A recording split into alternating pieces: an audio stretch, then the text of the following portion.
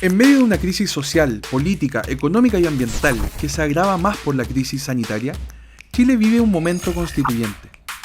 Queremos conocer a los y las convencionales de todas las regiones, sus historias, sus ideas y su conexión con el territorio. Hablar del desafío del diálogo en este proceso que busca construir un nuevo pacto social. Bienvenidos y bienvenidas a Conversaciones por el Diálogo.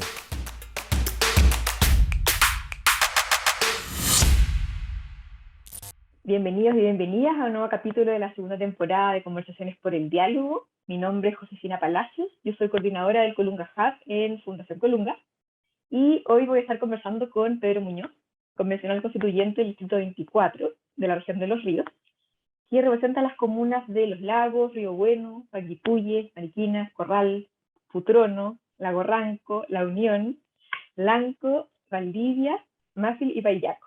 Muy bien, bienvenido Pedro a este espacio de conversación. Muchas gracias, Josefina. Contento de estar hoy día con ustedes y bajo este programa y su nombre, que yo creo que es muy importante hoy en día, el diálogo.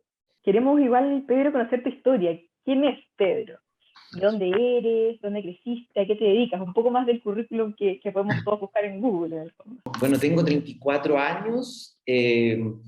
Desde los 17 milito en el Partido Socialista, aunque si bien en el comienzo no era tan orgánico, no estaba tan vinculado, porque más bien mi actividad política más constante comenzó como activista de disidencias sexuales, por allá por el año 2010. Por procesos personales y políticos fue lo que más me llenó en ese momento en el sur de Chile, en un sur bastante conservador, desprovisto de organizaciones que nos dieran voz para poder poner nuestras demandas sobre el escenario político y poder también defender nuestros derechos, denunciar la violencia de la que históricamente hemos sido víctimas. Así que estoy muy contento de haber sido varios años activista. Soy hijo de obrero, de un obrero y una trabajadora de casa particular. Estudié Derecho en la Universidad Austral, aunque nací en Loncoche, en la región de la Araucanía. Mis raíces las he ido extendiendo en Valdivia y la región de Los Ríos. Luego de eso fui concejal también, la primera autoridad, como se dice, electa popularmente de forma abiertamente gay en la región y en gran parte del sur. Y hoy día estamos en la constituyente después de años de activismo, de participación pública y de luchas políticas. Me contaste un poco la segunda pregunta, pero más allá de lo que me contaste recién, dame algún dato tuyo que no sepamos, algo que yo te diga, oye, este es Pedro Muñoz. Me gusta mucho el arte, yo quería ser actor, no sé si va por esa parte. Y No cuando, importa. y cuando chico, eh, cuando chico traté de siempre estar vinculado al teatro, hice teatro desde quinto básico, me gusta la poesía mucho, me gustan las experiencias culturales, tomé clases de milonga y tango desde los 15 a los 17, Uy, pero mira. me gusta mucho, disfruto mucho, creo Eres que artista en el fondo. ¿Ah? En el Eres fondo. artista en el En fondo. el fondo. Claro, se podría decir. Qué bien, Sí. qué interesante.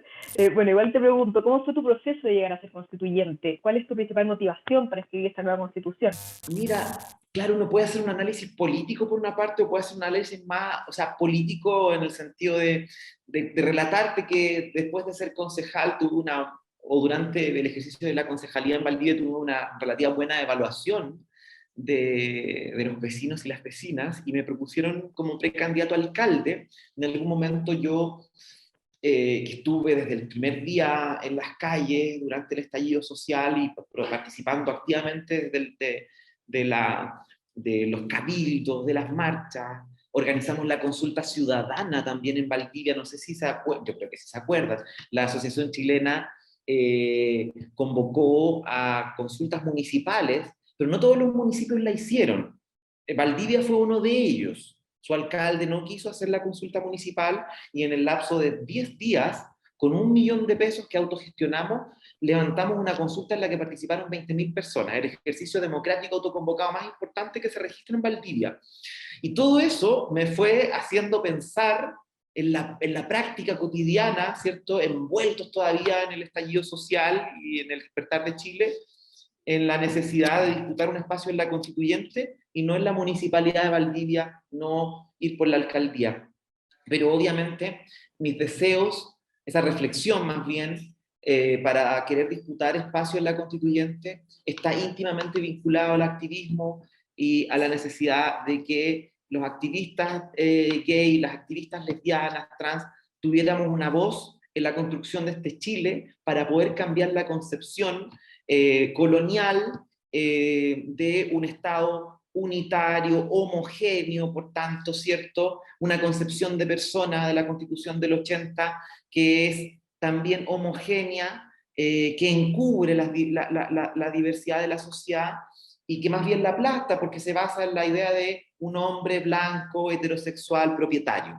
Entonces, por todas esas razones y muchas más, también mi conciencia de clase, por decirlo así, no se me olvida de dónde vengo, me animo a disputar espacios en la constituyente. Lindo, qué bueno, porque en el fondo es hacer cambios más profundos. Así es. Qué buena oportunidad. Sí, una bellísima oportunidad, desafiante, sobre todo también por estar en la mesa de la convención. Tenemos ahí harta responsabilidad. ¿Y te podría preguntar cuáles son las principales necesidades que identificas tú en tu distrito? Porque tú conoces muy bien de cerca tu distrito, no sé, naciste en Loncoche, estudiaste en Valdivia, fuiste concejal por Valdivia, sí o sí sabes qué es lo que más necesitan esos sectores. Sí, yo creo que la región de Los Ríos es una región relativamente nueva, si bien el territorio Valdivia y la provincia es un territorio muy antiguo, Valdivia, cierto, es una de las ciudades más antiguas de Chile, creo que hay en ese tránsito hacia la región se han ido mejorando ciertos aspectos de inversión, pero quedan muchas cuestiones pendientes. Los temas medioambientales son fundamentales. Valdivia y la región de Los Ríos es una región con mucha conciencia medioambiental. Una de las últimas, si no la última, encuesta nacional de medio ambiente situaba a Valdivia y a la región de Los Ríos como la región que más recicla en el país. Por ejemplo, es decir, desde la práctica cotidiana de conductas amigables con el medio ambiente. Tenemos crisis hídrica, nos está afectando fuertemente la crisis hídrica, si bien a partir del año 2004 y la lucha, ¿cierto?, que se levantó entre varias organizaciones, entre otras por Acción por los Cisnes, frente a la celulosa Arauco, se ha profundizado esa conciencia. Estos son fenómenos mucho más profundos, ¿cierto?, que afectan a los ecosistemas, y creo que el tema del agua es principal. No solamente esto de alimentar comunidades con camiones de aljibes y con un par de litros diarios es una cuestión del norte o de Petorca, también ocurre en distintos territorios de la región de Los Ríos y dentro de Valdivia también, yo lo pude ver como concejal. Creo que ahí hay una primera dimensión de interés para nuestra región. La salud y la educación también son de alta prioridad en la región, y hay aspectos también de conectividad y de conectividad digital, el acceso a internet. Tenemos más de 174 puntos ciegos en nuestra región, y desde la pandemia, donde se puso en evidencia de mejor manera la realidad chilena, y donde también se empezaron a transformar modos de producción y de acción y de trabajo, nos damos cuenta que el acceso a Internet es mucho más importante hoy día para el ejercicio de otros derechos y para la integración de las personas a la democracia y el ejercicio de la democracia.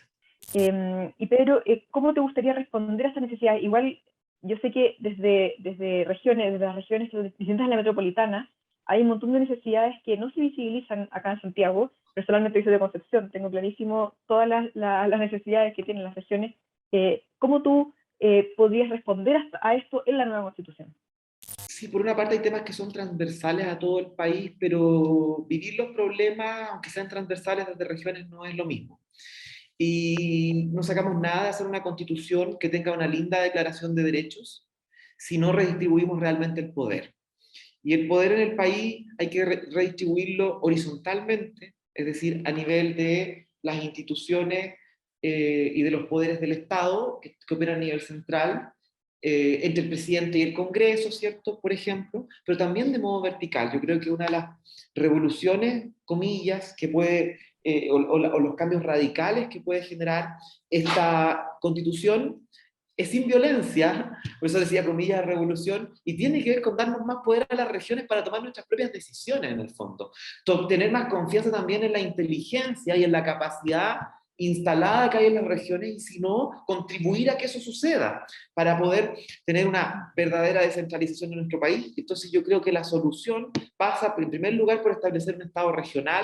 Podemos discutir qué implica ese Estado regional, podemos diseñar un Estado regional acorde a la identidad y a la realidad de nuestro país. No va a ser el mismo Estado regional que en España o que en Italia, por supuesto que no, pero creo que lo primero y más importante es que las decisiones las tome la propia región. Por ejemplo, a nivel medioambiental. No sacamos nada, no nos sirve que un consejo de ministros vinculado a las élites santiaguinas decida qué zona del país es de sacrificio y qué no, o qué proyecto de inversión se apruebe y cuál no, cuando somos quienes vivimos en las regiones, quienes somos los que, a los que nos afectan las externalidades, comillas negativas, los daños medioambientales, y son los ecosistemas que nosotros habitamos y de los cuales somos parte. Entonces, esas decisiones deberían estar radicadas en las regiones. Esto que te quiero preguntar es bien ad hoc a ti. Hay algo distinto en la composición de la Convención Constituyente. Es un órgano más diverso de lo que estamos acostumbrados a ver en espacios de poder. Desde el punto de vista de quiénes integran esta convención, quiénes fueron elegidos para integrar esta convención, y eso hace que esta diversidad vaya saliendo a flote temas que usualmente no se discuten en estos espacios de poder. ¿Cómo ves tú esta nueva experiencia y la existencia de mayor diversidad en los espacios de toma de decisiones?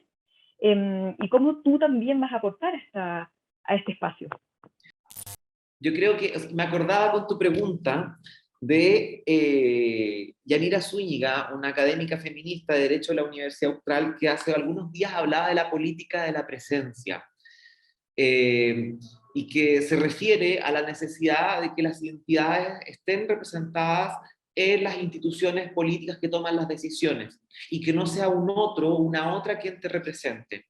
Evidentemente a mí no me va a representar mejor una persona heterosexual, a una lesbiana no una mujer heterosis, y a las personas trans que hoy día no están en la convención, pero que sí llegaron al Congreso. Por supuesto que quienes mejores las representan son las personas trans, porque nos hemos dado cuenta que, como han dicho siempre las feministas, lo personal es político, y la experiencia de injusticia es una experiencia vital que insuma incluso epistémicamente la toma de decisiones.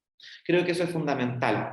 Y no basta con que la convención sea un órgano diverso, queremos que el Estado completo sea diverso, que las instituciones tengan paridad desde arriba hacia abajo, que los consejos municipales sean paritarios, que todos los órganos colegiados del Estado sean paritarios, y de ahí a la incorporación de todos los grupos históricamente discriminados. Desde la perspectiva del diseño del sistema político, ya que yo estoy en esa comisión, que es la número 1, la Comisión de Sistema Político, donde tenemos que precisamente generar instituciones que se hagan cargo de los problemas de Chile, uno de los objetivos fundamentales del sistema político es la incorporación de la diversidad al sistema, no la diversidad fuera del sistema, no grupos homogéneos de poder tomando decisiones por una sociedad diversa.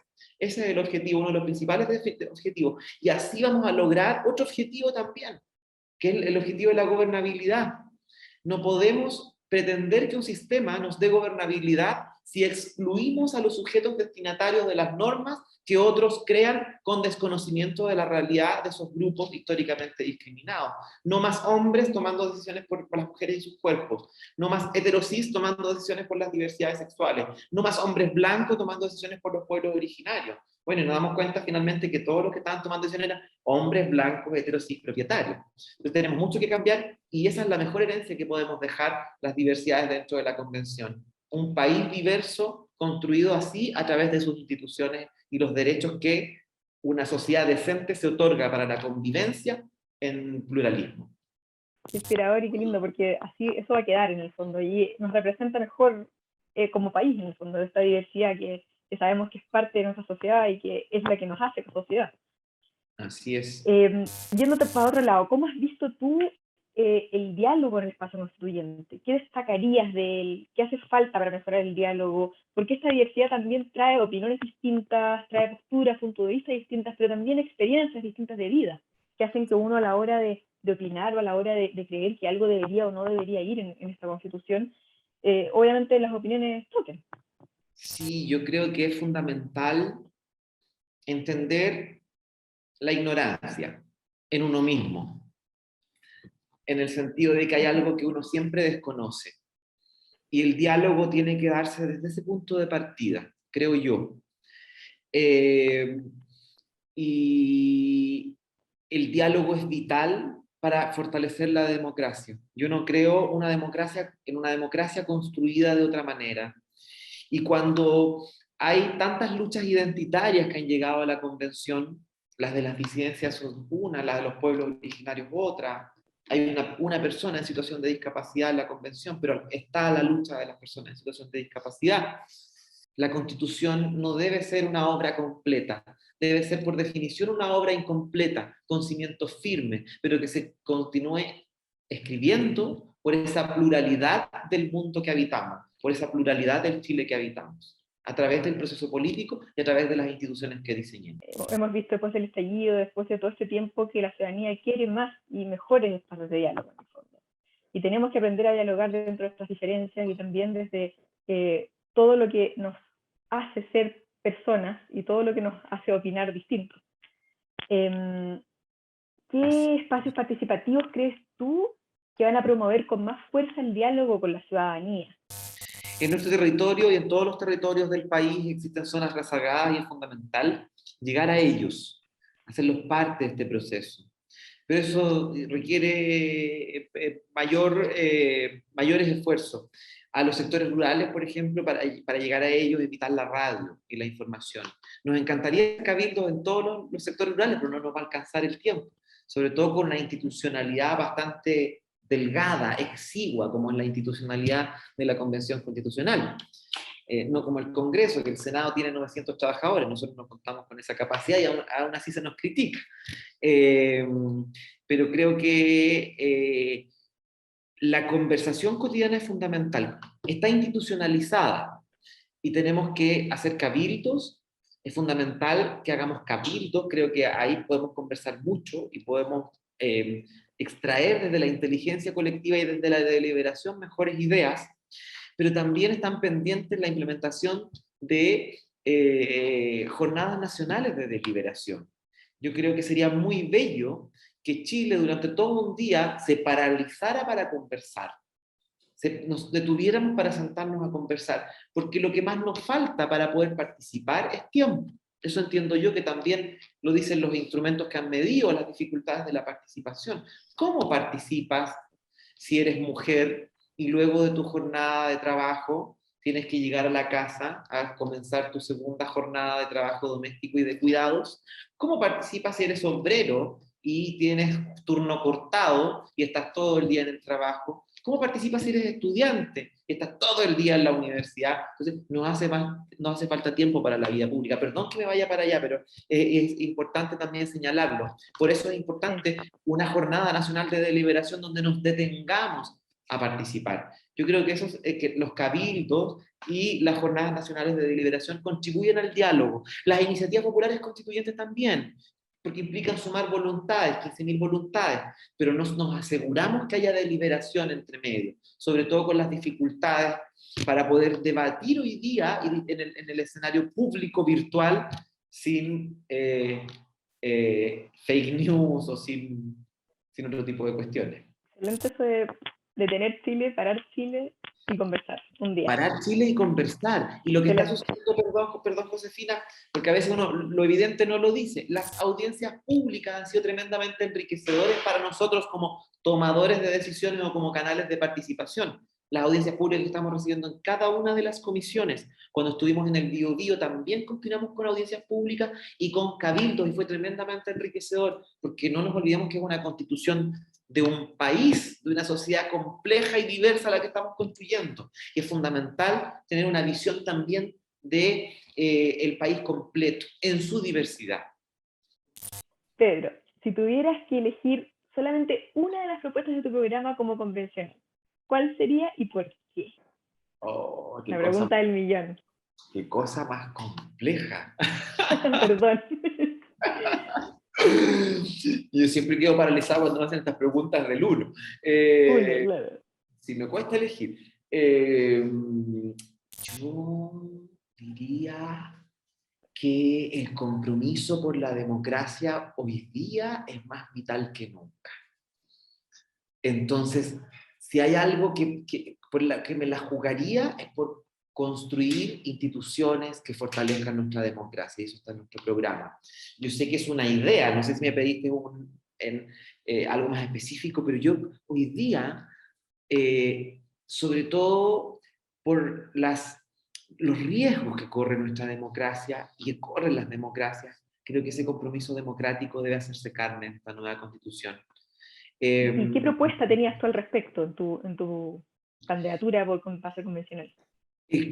Generar un acercamiento entre el proceso político y las personas a través de la construcción de las bases para una democracia participativa, que es una democracia también deliberativa, que es una democracia que tiene mecanismos de participación directa. Yo creo que en la medida en que nos repoliticemos como sociedad, en la medida que nos saquemos el traje del cliente neoliberal que va y exige un producto y nos entendamos a nosotros como ciudadanos y ciudadanas, vamos a ser capaces de darle más sostenibilidad a nuestra democracia. En la medida en que nos sintamos menos sujetos de abuso y seamos más sujetos políticos, vamos a poder darle más estabilidad a la democracia. Eso implica partir desde los niveles más cercanos, desde las municipalidades y los territorios comunales, y tener ahí mecanismos de democracia directa y democracia participativa. Lo mismo a nivel del presidente de la República o el régimen político que elijamos. Es fundamental el control ciudadano, es fundamental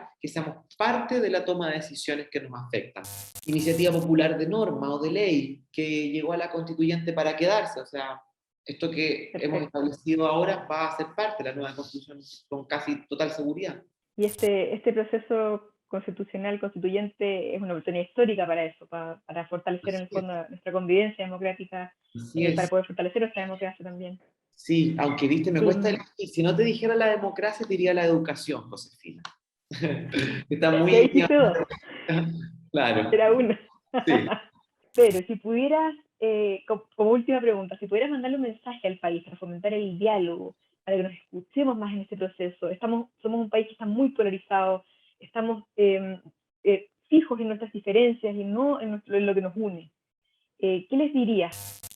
Yo les diría que hemos visto el ejemplo de otros países y lo que ha sucedido, y nosotros teniendo ese ejemplo enfrente, lo que ha sucedido con Bolsonaro y con Trump en Estados Unidos, y las amenazas a las que está expuesta la democracia, hoy más que nunca tenemos que hacernos cargo y resolver nuestros problemas. Creo que es tiempo de hacernos responsables, de contribuir al país en una construcción colectiva inédita y que probablemente no se va a repetir al menos de la misma manera.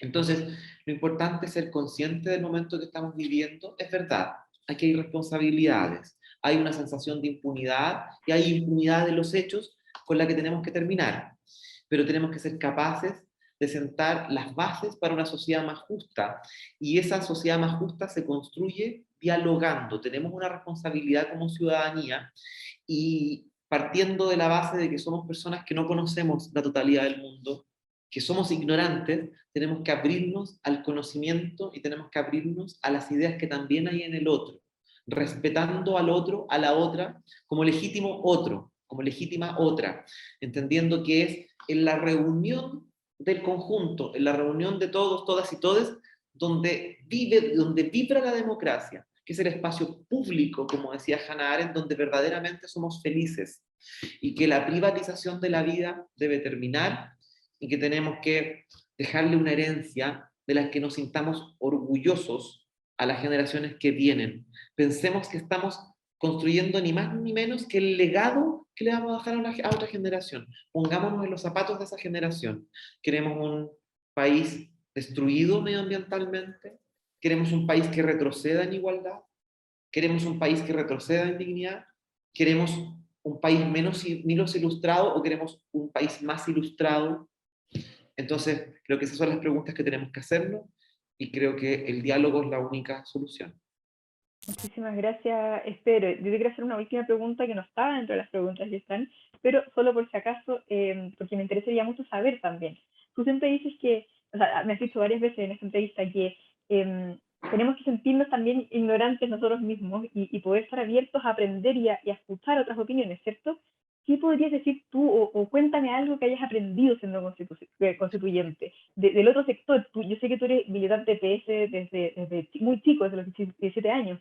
Eso te hace partícipe también de un sector político de nuestro país muy importante, un protagonista, pero ¿qué has aprendido también del otro sector? ¿Qué has aprendido de personas que para ti eran muy lejanas en opiniones, en todo sentido?